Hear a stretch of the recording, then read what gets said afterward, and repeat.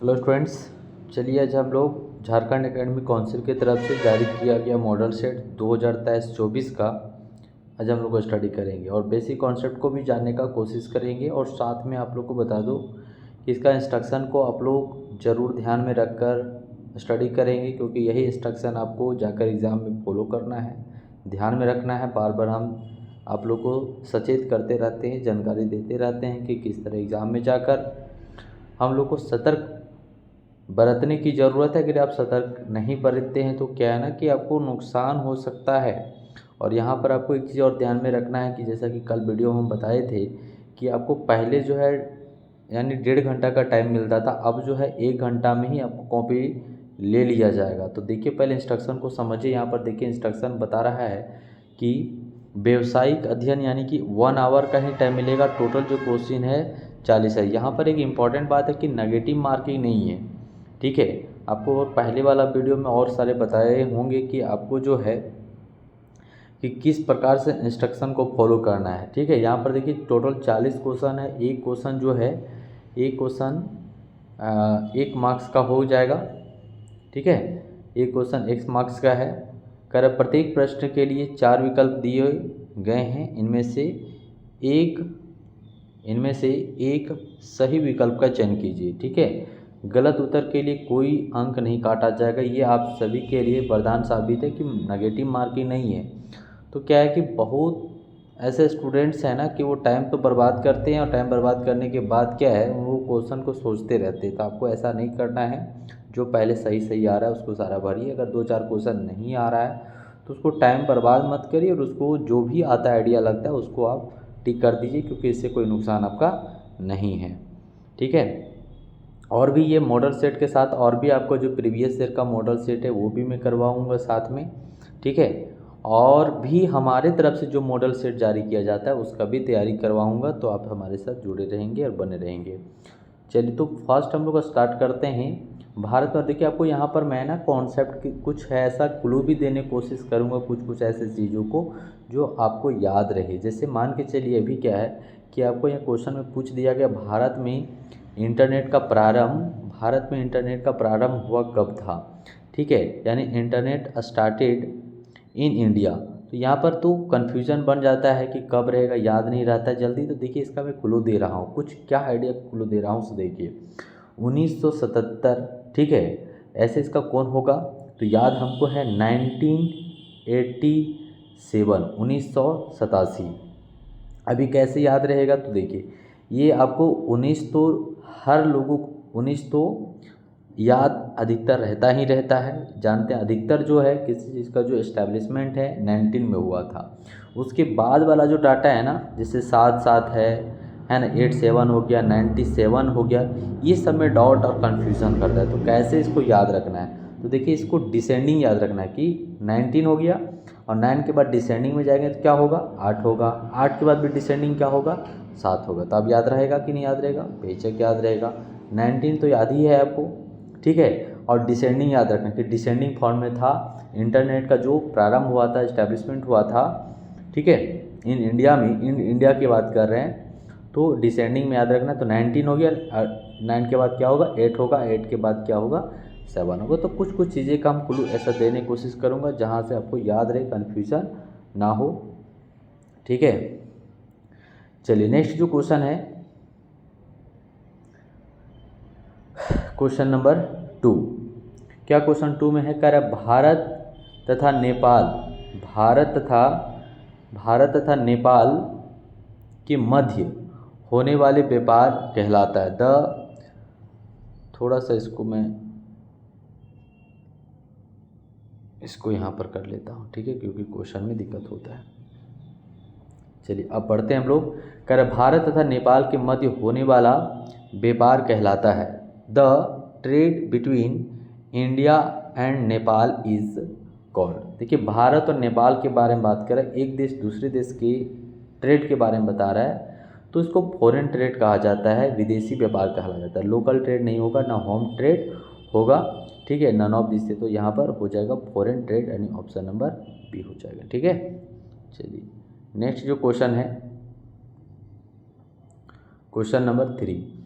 क्या क्वेश्चन 3 है देखिए कह रहा है क्वेश्चन 3 में, कह रहा आर्थिक क्रिया इकोनॉमिक एक्टिविटी। तो देखिए इकोनॉमिक एक्टिविटी में आपको जब बताया गया होगा क्लास में तो याद होगा तीनों हो जाएगा, यानी बिजनेस, एम्प्लॉयमेंट और प्रोफेशन। तो देखिए बिजनेस, एम्प्लॉयमेंट और प्रोफेशन किस में आ जाएगा, तो लास्ट वाला ऑप्शन में है बिजनेस, प्रोफेशन, एम्प्लॉयमेंट। ये जो तीनों है this is the business economic activity कह सकते हैं आप। बिजनेस में भी इकोनॉमिक एक्टिविटी होता है, प्रोफेशन सभी मिलाकर एक जो है इकोनॉमिकल एक्टिविटी है, ये तीनों मिलाकर इकोनॉमिकल एक्टिविटी बनता है। नेक्स्ट जो क्वेश्चन है क्वेश्चन नंबर 4, इसमें क्या कहता है कि सार्वजनिक क्षेत्र या सार्वजनिक उपक्रम के प्रारूप निम्न में से कौन से हैं। विच of the following is a form of public sector और पब्लिक एंटरप्राइज। तो डिपार्टमेंटल ऑर्गेनाइजेशन या पब्लिक कॉरपोरेशन या कंपनी या ऑल ऑफ द एबव। तो क्वेश्चन पहले आपको समझना है कि सार्वजनिक क्षेत्र या सार्वजनिक उपक्रम के प्रारूप निम्न में से कौन सा है। तो डिपार्टमेंटल ऑर्गेनाइजेशन या फिर पब्लिक कॉरपोरेशन या कंपनी। तो सभी जो है एक तरह से ये आपका हो जाएगा ऑप्शन नंबर यहाँ पे डी हो जाएगा, ये आप इसको टिक करेंगे ऑप्शन नंबर डी। ये सभी जो है सार्वजनिक क्षेत्र का सभी ये जो है सार्वजनिक क्षेत्र है। ठीक है, सार्वजनिक क्षेत्र का मतलब हो गया एक तरह से ये पब्लिक एंटरप्राइज है। ठीक है, चलिए नेक्स्ट जो है 5, जोखिम का परिणाम क्या होता है। देखिए risk is the result of. तो रिस्क अगर आप लेते हैं तो सर्टेनिटीज है या अनसर्टेनिटी। तो रिस्क जोखिम का परिणाम क्या होता है, अनसर्टेनिटीज। अगर आप जोखिम लेते हैं तो सर्टेन नहीं होता है, अनसर्टेनिटी होता है। तो ऑप्शन नंबर ये बी हो जाएगा। ठीक है, जोखिम, अब जैसे आप रिस्क कोई चीज़ ले रहे हैं, अगर आप मान के चलिए बाइक चला रहे हैं और आप 150 से प्लस बाइक चला रहे हैं, तो बताइए क्या होगा, सर्टेन कोई चीज़ ऐसा होगा नहीं, अनसर्टेनिटी है, अनिश्चित हो सकता है, एक्सीडेंट भी हो सकता है और नहीं भी हो सकता है। तो अनसर्टेनिटी हो जाएगा। ठीक है, इसको समझिएगा। कौन सा बिंदु व्यवसाय में लाभ की भूमिका से संबंधित नहीं है। लाभ की भूमिका से संबंधित नहीं है, यानी which point is not related with the role of profit in business. मतलब प्रॉफिट से जुड़ा हुआ नहीं है। तो पहला है लंबे समय तक जीवित रहने के लिए रोजगार उपलब्ध कराना। तो ये जो है बिजनेस का प्रॉफिट से जुड़ा हुआ नहीं है, बाकी सारा जो है वो प्रॉफिट से जुड़ा हुआ है। ठीक है, नेक्स्ट है इंडेंट होता है। तो इंडेंट होता है, रिटेन होता है, इंडेंट जो है रिटेन होता है। ऑप्शन नंबर इसका ये हो जाएगा। ठीक है, इंडेंट जो होता है वो रिटेन होता है, ऑप्शन नंबर ये हो जाएगा। ठीक है, नेक्स्ट जो क्वेश्चन है 8 नंबर क्या है, सबसे क्वेश्चन नंबर 8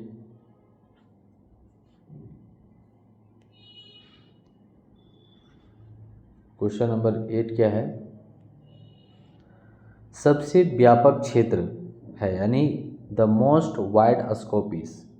तो देखिए ये जो ट्रेड है छोटा होता है, कॉमर्स भी छोटा होता है। ठीक है, इसमें आपका ऑप्शन जो चला जाएगा ऑफ इंडस्ट्री, ये भी छोटा था। बिजनेस के ही सभी ये भाग है से। ठीक है, बिजनेस के ही सारा ये भाग है। तो ऑप्शन नंबर ये डी होगा। सबसे बड़ा क्षेत्र होता है बिजनेस होता है, बिजनेस के अंतर्गत कॉमर्स, इंडस्ट्री, ट्रेड ये सारा आ जाता है। ठीक है, चलिए नेक्स्ट जो क्वेश्चन है क्वेश्चन नंबर 9, कह रहा नैतिकता महत्वपूर्ण है। तो देखिए नैतिकता जो है ना टॉप लेवल मैनेजमेंट पर ज़रूरत है, टॉप लेवल मैनेजमेंट पर भी ज़रूरत है नैतिकता, मिडिल लेवल मैनेजमेंट पर भी ज़रूरत है, नॉन मैनेजरियल एम्प्लॉई, ठीक है, यानी बिना प्रबंधकीय कर्मचारियों के लिए, यानी ऑल ऑफ द एबव हो जाएगा, हर एक, यानी ऑप्शन नंबर ये डी हो जाएगा। सभी स्तर पर जो है नैतिकता जरूरी होती है। ठीक है, अब जो है क्वेश्चन नंबर 10 है, कह रहा है ऐसे व्यापार को क्या कहते हैं जिसमें पहले आयात और फिर निर्यात किया जाता है। इंटरपोर्ट इसको कहते हैं, मतलब अमेरिका से लाए हम और फिर दूसरे देश को, चाइना को बेच दिए, इसको क्या बोलते हैं, इंटरपोर्ट ट्रेड बोलते हैं। एक्सपोर्ट और इंपोर्ट नहीं बोलते, इंटरपोर्ट ट्रेड बोलते हैं, याद रखिएगा। जब दूसरे देश से, जैसे दूसरे देश से आप मंगाएं तो इसको तो बोला जाता है इम्पोर्ट ट्रेड हो गया, दूसरे देश में भेज दिए तो इसको एक्सपोर्ट बोला जाता है। लेकिन हम दूसरे देश से लाए फिर दूसरे देश में बेच दिए तो इसको इंटरपोर्ट ट्रेड कहा जाता है। तो ऑप्शन नंबर इसका सी हो जाएगा। ठीक है, चलिए नेक्स्ट जो क्वेश्चन है,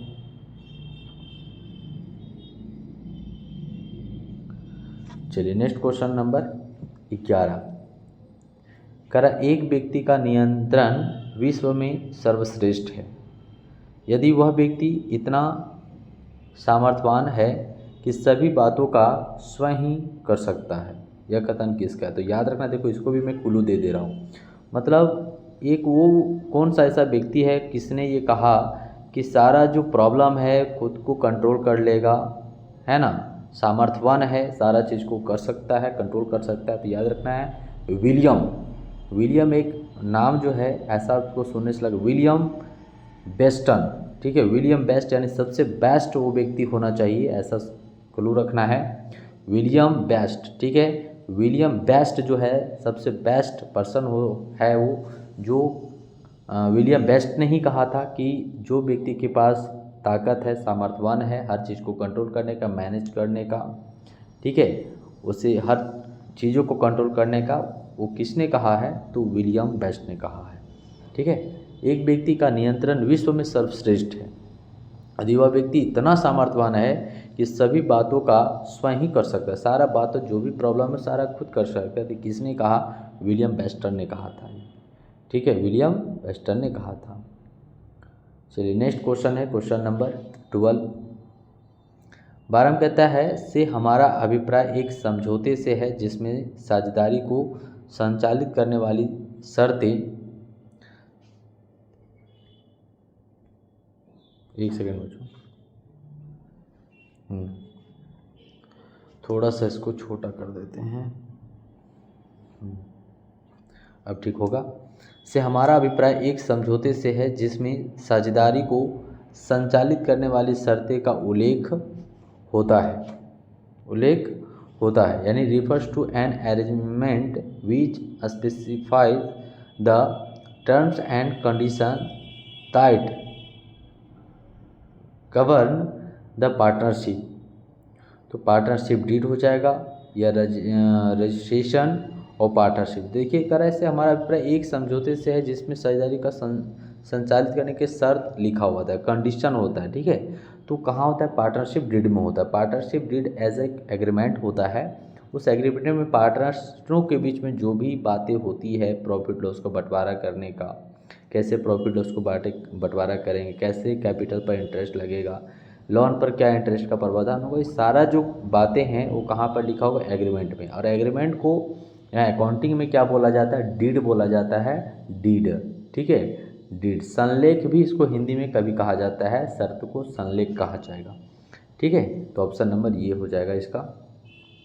देखिए हम कोशिश कर रहे हैं थोड़ा सा कोई चीज़ को चर्चा करके, ताकि चर्चा जब किया हुआ रहेगा ना तो ये आप याद रहेगा।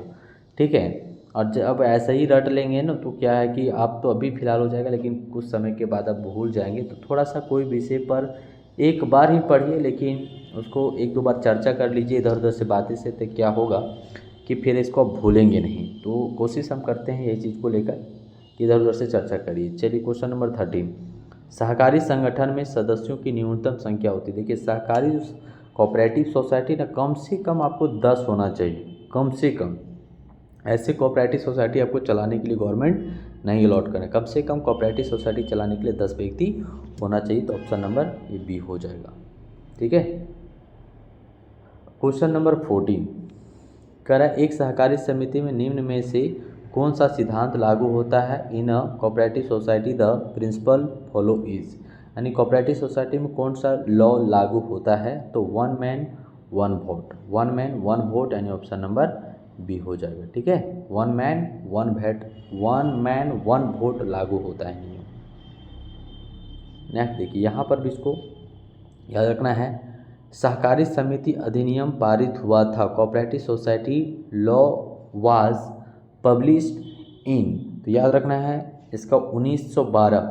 देखिए इसमें से याद रखना 1912 यानी जो कोऑपरेटिव सोसाइटी है बहुत पहले ये लागू हुआ था। ठीक है, बहुत पहले ये लागू हुआ था। आप देख सकते हैं कि सबसे इसमें से कम जो रहेगा, कम सबसे पहले कौन सा है, तो देखिए 1932 बाद हो गया, 1922, 1912। तो 1912 जो है ये याद रखना है कि कोऑपरेटिव सोसाइटी जो है ये बहुत पहले से चलते आ रहा है, यानी भारत देश आज़ाद से भी पहले, ठीक है। तो 1912 आपका कोऑपरेटिव सोसाइटी अधिनियम लागू हुआ था, याद रखना 1912। नेक्स्ट जो है क्वेश्चन नंबर 16, किसी व्यवसायिक संगठन में अस्थायी अस्तित्व पाया जाता है तो कहाँ, कंपनी में। कंपनी का अस्थायी अस्तित्व होता है, कभी भी कंपनी मरता नहीं, ये चलते रहता है, जबकि पार्टनरशिप, सोल प्रोप्राइटरशिप ये सब खत्म हो जाता है, जैसे इसका एग्रीमेंट ख़त्म हो गया है ना, किसी पार्टनर को कुछ हो जाता है तो खत्म हो गया। लेकिन कंपनी ऐसा नहीं होता है, वो अनलिमिटेड टाइम तक वो चलता रहेगा, वो कभी मरता नहीं है, ठीक है। इसीलिए इसमें इसको बोला जाता है, ये सेपरेट, आप सुने होंगे सेपरेट एंटिटी और नॉट सेपरेट एंटिटी, ठीक है। ये जो है सेपरेट एंटिटी कहलाता है कंपनी, ठीक है। मालिक और कंपनी अलग होता है, जबकि पार्टनरशिप नॉट सेपरेट एंटिटी अलग अलग नहीं होता है। चलिए, ये कंपनी का सबसे महत्वपूर्ण प्रलेख क्या है, the most important document of a company. तो आप जानते हैं मोस्ट इंपॉर्टेंट डॉक्यूमेंट कौन सा होता है, मेमोरेंडम ऑफ एसोसिएशन। पर विवरण नहीं होगा, ये दोनों नहीं होगा, ना अंतर नियम होगा, ये नहीं होगा, पार्षद सीमा नियम होगा, ठीक है। मेमोरेंडम ऑफ एसोसिएशन हो जाएगा। चलिए next question number 18। Question number 18 क्या है, पार्षद अंतर नियम के अभाव में लागू होता है। In the absence of article of association apply, कहता है कि जब पार्षद अंतर नियम नहीं बना हो, यानी एब्सेंस है, आर्टिकल ऑफ एसोसिएशन एब्सेंस है, तो उसकी सिचुएशन में कौन सा तालिका लागू होगा, तो याद रखना तालिका एफ, फेल, याद रखना एफ, ठीक है। बी नहीं होगा, ना सी होगा, ना डी होगा, कौन वाला होगा, तो एफ हो जाएगा, यानी कि बड़ा। तो बड़ा कौन है, देखिए यहाँ पर बी सी डी सब छोटा है, एफ आगे होता है, यानी एफ आपका A B C D E F छठा नंबर में आता है, तो आपका एफ हो जाएगा बड़ा। जब आर्टिकल नहीं बनेगा तो कौन सा तालिका लागू होगा, याद रखना एफ बड़ा वाला, ऐसा मोटा मोटी याद रखना है, ठीक है। चलिए क्वेश्चन नंबर 19, भारतीय रेलवे सार्वजनिक उपक्रमों की का उदाहरण कौन सा है, ठीक है। यानी Indian railway is the example form of public enterprise. तो याद रखना इसका विभागीय उपक्रम कहलाता है, डिपार्टमेंटल अंडरटेकिंग कहलाता है, ठीक है। याद रखना है डिपार्टमेंटल अंडरटेकिंग विभागीय उपक्रम कहलाता है। क्वेश्चन नंबर 20, सरकारी कंपनी वह कंपनी है जिसकी कम से कम प्रतिशत चुकता अंश पूंजी सरकार के पास होती है। देखिए सरकारी कंपनी कब कहलाएगा, जब उसका शेयर 50% से ज़्यादा हो। 50% ज़्यादा का मतलब 51 हो, 52 हो, तो वो पब्लिक कंपनी। तो वही कह रहा है कि कितना परसेंट होना चाहिए, तो 50% से ज़्यादा, तो 51% होना चाहिए, ठीक है। आप देखिए कोई भी अधिक गवर्नमेंट कंपनी कौन कहलाएगा, जिसका शेयर ज़्यादा हो, जिसका शेयर ज़्यादा होगा वही कंपनी कहलाएगा। तो गवर्नमेंट का बात कर रहे थे, गवर्नमेंट का अधिकार किसी कंपनी में यदि 51% होता है तो सरकारी कंपनी कहलाएगा। तो मिनिमम कितना होना चाहिए, 51 होना चाहिए, ठीक है। चलिए नेक्स्ट, ठीक है।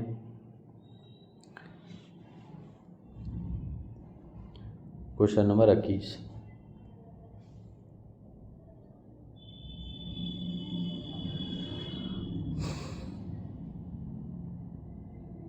क्वेश्चन नंबर 21 देखिए क्या है,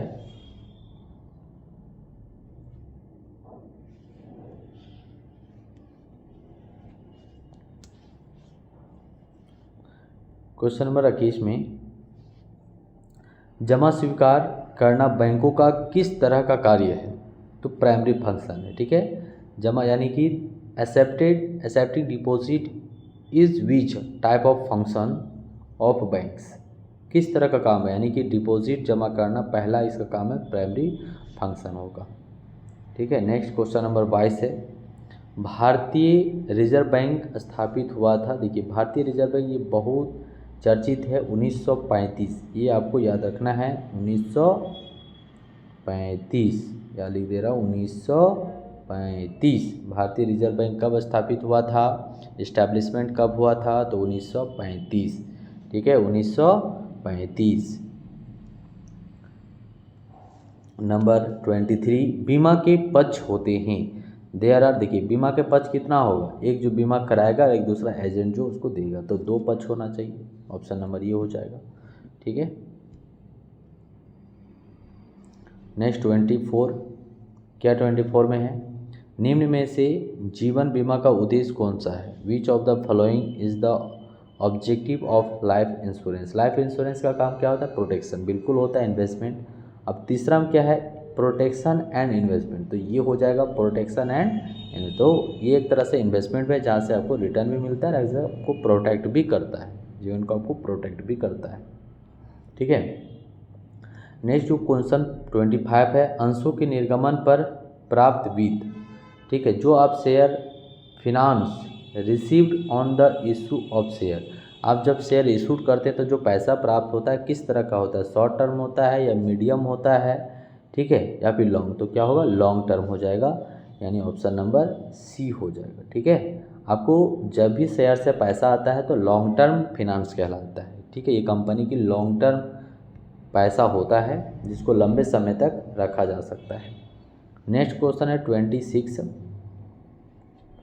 निम्न में से कौन वित्त का बाहर स्रोत नहीं है, which of the following is not include in external sources of finance, ठीक है, तो देखिए ओवरड्राफ्ट जो है एक तरह इंटरनल है, रिटेनिंग अर्निंग संचित लाभ, ये जो है जो क्वेश्चन में पूछा गया बाहर स्रोत नहीं है, तो बाहर ये जो है ओवरड्राफ्ट है, ओवर मतलब बाहर से इनकम आने वाला है, बैंक लोन बाहर है, डिवेंचर भी बाहर से आते हैं, रिटेनिंग अर्निंग जो है ये अर्निंग कर रहे हैं, संचित लाभ मेरा जो है वो मेरा बाहर का स्रोत नहीं है, ये खुद का अपना का अर्निंग है, ठीक है, तो ऑप्शन नंबर इसका हो जाएगा बी होगा, जो हम अर्निंग कर रहे हैं तो ये हमारा खुद का पैसा है, खुद का अपना बिजनेस का है, लेकिन लोन लेना, ओवरड्राफ्ट लेना, डिवेंचर से पैसा नहीं, सब क्या है, बाहर से स्रोत आता है, पैसा आता है, ठीक है। 27 क्या है, संतुलित क्षेत्रीय विकास में निम्न में से कौन सहायक है, which of the following is helpful in balance regional development, ठीक है, तो स्मॉल बिजनेस, ठीक है, लघु व्यवसाय जो है ये डेवलपमेंट में, देश की विकास में अपना बहुत ही सक्रिय योगदान रख रहा है और रखता है। अब कहता है नेक्स्ट जो क्वेश्चन है 28 है, कर निर्माण क्षेत्र में लघु स्तरीय उपक्रम का अधिकतम विनियोग कितना, यानी maximum investment limit for small enterprise, तो स्मॉल एंटरप्राइज के लिए जो है मिनिमम कितना है, तो 5 करोड़ है, ठीक है, 5 करोड़ होना चाहिए, तो देखिए ऑप्शन नंबर इसका सी हो जाएगा, ठीक है। क्वेश्चन नंबर 29 क्या है, कह रहा है निम्न में से कौन सा व्यवसायी जोखिम का कारण नहीं है, तो देखिए पहला कह रहा है ब्रेक डाउन ऑफ मशीनरी, ये है एफिशिएंसी ऑफ मैनेजमेंट, देखिए यही हो जाएगा, आप अगर कुशल प्रबंधक यानी बेस्ट, अगर यानी ऑप्शन नंबर बी हो जाएगा, यदि आप बेस्ट मैनेजमेंट करेंगे तो आपका जोखिम नहीं आएगा, ठीक है। Which of the following is not causes of business risk, यानी बिजनेस का रिस्क उत्पन्न नहीं होगा जब आप गुड मैनेजमेंट करेंगे, लेकिन मशीनरी की खराबी ये आपका रिस्क का कारण है, बेईमानी करना ये आपका बिजनेस का रिस्क है ना, बदलती हुई सरकारी नीति ये भी आपका बिजनेस का रिस्क का कारण बनता है, लेकिन गुड मैनेजमेंट से बिजनेस का रिस्क का कारण नहीं होता है। नेक्स्ट जो क्वेश्चन नंबर 30 है, उत्पादकों को वित्तीय सहायता प्रदान करता है, जो उत्पादक है, जो मैन्युफैक्चरर है, उसको कौन पैसा देता है, तो देखिए जब मैन्युफैक्चरर जो है मैन्युफैक्चरर किसको देगा, पहले सामान तो होलसेलर को देगा, तो होलसेलर ही पहले मैन्युफैक्चरर को पैसा दे देता है एडवांस, ताकि वो मैन्युफैक्चर कर पाए और फिर इसको सामान मिले, तो कौन मदद करता है, होलसेलर करता है, थोक विक्रेता करता है, ठीक है, ऑप्शन नंबर ये हो जाएगा 30 का। नेक्स्ट जो क्वेश्चन है 31 नंबर, विभागीय भंडारों का प्रादुर्भाव हुआ, यानी डिपार्टमेंटल स्टोर ओरिएंटेड, मतलब कह रहा है कि विभागीय भंडार कहाँ पर सबसे पहले स्टार्टअप हुआ, तो फ्रांस में हुआ था, सबसे पहले डिपार्टमेंटल स्टोर कहाँ से स्टार्टअप हुआ था, ये फ्रांस से। 32 क्या 32 में है, कह रहा है निम्नलिखित में से कौन सी एक व्यावसायिक क्रिया नहीं है। Which of the flowing is not a business activity. Business activity कौन सा नहीं है, the production of goods business activity है। Work in factory for wages, exchange of goods, transaction, सभी ये बिजनेस एक्टिविटी लेकिन ये नहीं है। तो यही हो जाएगा ऑप्शन नंबर बी हो जाएगा, जो हम लोग से क्वेश्चन पूछा गया विच of the following is not business activity. मजदूरों के लिए कारखाने में काम है, ठीक है, ये इकोनॉमिकल एक्टिविटी नहीं है, ठीक है, बाकी सारा इकोनॉमिकल एक्टिविटी है। करेक्ट। क्वेश्चन नंबर 33, अर्थव्यवस्था में दो राज्यों के बीच होने वाले व्यापार को व्यापार कहते हैं। Trade between two states in economy is known as trade. किस तरह का ट्रेड कहलाएगा, तो देखिए आप जानते हैं जब एक राज्य दूसरे राज्य के साथ होता है तो उसको बोलते हैं हम लोग एक्सटर्नल ट्रेड नहीं बोलेंगे, उसको हम लोग इंटरनल ट्रेड या फिर इंटरनेशनल ट्रेड कहेंगे, या फिर क्या कहेंगे, तो उसको एक राज्य तो इंटरनल ट्रेड उसको कहेंगे, ठीक है, क्या कहेंगे, इंटरनल ट्रेड कहेंगे। जीएसटी वाला में एक रहता तो इंटर और इंट्रा स्टेट होता तो इंटर ट्रेड वहाँ पर कहलाता। चलिए क्वेश्चन नंबर 34, वाणिज्य में किसे शामिल किया जाता है। तो वाणिज्य यानी कॉमर्स में किसको इंक्लूड किया जाता है, तो आप जानते हैं यही हो जाएगा ऑप्शन नंबर ये हो जाएगा, व्यापार तथा व्यापार की सहायक क्रियाएं, ट्रेड और एक्सक्लूसिव ट्रेड हो जाएगा। बिजनेस एंड इंडस्ट्री नहीं आएगा, बिजनेस एंड ट्रेड नहीं, ये नहीं होगा, तो कौन कौन आएगा, ट्रेड एंड एक्सक्लूसिव ट्रेड हो जाएगा, ठीक है, मिक्स करके दिया हुआ है। 35 में जो है एकाकी व्यापार सर्वोत्तम है। एकाकी व्यापार कब सर्वोत्तम है, कम पूंजी की आवश्यकता हो या फिर अधिक पूंजी की आवश्यकता हो या पूंजी की आवश्यकता नहीं हो, तो ये हो जाएगा, यानी 35 का ये हो जाएगा जब आपके पास कम पूंजी की आवश्यकता हो, ठीक है, जब आपके पास कम पूंजी है तो sole trading is the best way, ठीक है, जब आपके पास कम पूंजी की व्यवस्था हो तो आपके लिए सबसे बेस्ट है सोल ट्रेडिंग, बिजनेस आप करिए, अच्छा होगा आपके लिए। नेक्स्ट जो क्वेश्चन नंबर 33 क्या है, बहुराष्ट्रीय कंपनी में केंद्रीकृत नियंत्रण किसके द्वारा किया जाता है। Centralise control in MNCG employees control exercised by, कौन इसको करता है, तो हेड यानी मुख्यालय हेड क्वार्टर करता है इसको, ठीक है। बहुराष्ट्रीय कंपनियों का केंद्रीकृत नियंत्रण कौन करता है, तो हेड क्वार्टर करता है, यानी ऑप्शन नंबर सी। ना ब्रांच करेगा, ना सब्सिडीज करेगा, ना पार्लियामेंट करेगा, तो कौन करेगा, हेड क्वार्टर करेगा। नेक्स्ट जो क्वेश्चन नंबर 37 है, भारत में डाक सेवाओं का प्रारंभ हुआ था। Post service started in India, ये कब हुआ, तो याद रखना है बच्चों 1937 ईस्वी, 1937 ईस्वी में, 1937 ईस्वी में डाक सेवा 1937 ईस्वी में डाक सेवा प्रारंभ हुआ था, ठीक है। भारत में डाक सेवा कब प्रारंभ हुआ था, 1937 ईस्वी में, 1937 ईस्वी में, ठीक है। चलिए next question number 38, question number 38 क्या है, व्यवसायी का उपभोक्ताओं के प्रति क्या उत्तरदायित्व है। What is the responsibility of business, थोड़ा सा नहीं दिया, टूवर्ड्स कंज्यूमर, ठीक है, टूवर्ड्स कंज्यूमर, यानी व्यवसायी का उपभोक्ताओं के प्रति क्या उत्तरदायित्व होता है। सब तो पहला शुद्ध वस्तुओं की पूर्ति, सप्लाई ऑफ पर कमोडिटीज़, दूसरा है वस्तुओं की उचित मूल्य पर पूर्ति, supply goods at reasonable price, ये भी सही है, ये होता है। नेक्स्ट जो है वस्तुओं का पर्याप्त मात्रा में उत्पादन, ये भी सही है। Production sufficient quantity of goods, all of the every, ये हो जाएगा। सभी ये जो है एक बिजनेस जो है कंज्यूमर के प्रति ये लायबिलिटीज़ होना चाहिए, ये रिस्पॉन्सिबिलिटी होनी चाहिए, तो ऑप्शन नंबर डी हो जाएगा। नेक्स्ट जो क्वेश्चन है, एक फर्म को रजिस्ट्रेशन का प्रमाण पत्र कौन जारी करता है? Who is issue the certificate of registration to the firm? तो हो जाएगा रजिस्ट्रार फर्म हो जाएगा, ठीक है। और लास्ट जो क्वेश्चन है, समता अंशधारियों को साधारणतः equity share holder ordinarily have, तो नो वोटिंग राइट ये गलत है, लिमिटेड वोटिंग है गलत है, फुल वोटिंग है। समता यानी इक्विटी शेयर होल्डर को फुल वोटिंग राइट होता है कंपनी में वोट देने का, क्योंकि वही कंपनी का ओनर होता है। तो ऑप्शन नंबर इसका सी हो जाएगा, ठीक है। और भी हम बीएसटी का, अकाउंट्स का, एटीपी का, इकोनॉमिक्स का सारा क्वेश्चन लेकर आएंगे। तो आप लोगों को इस चैनल पर जुड़े रहना है और बने रहना है, ठीक है। चलिए, जय हिंद।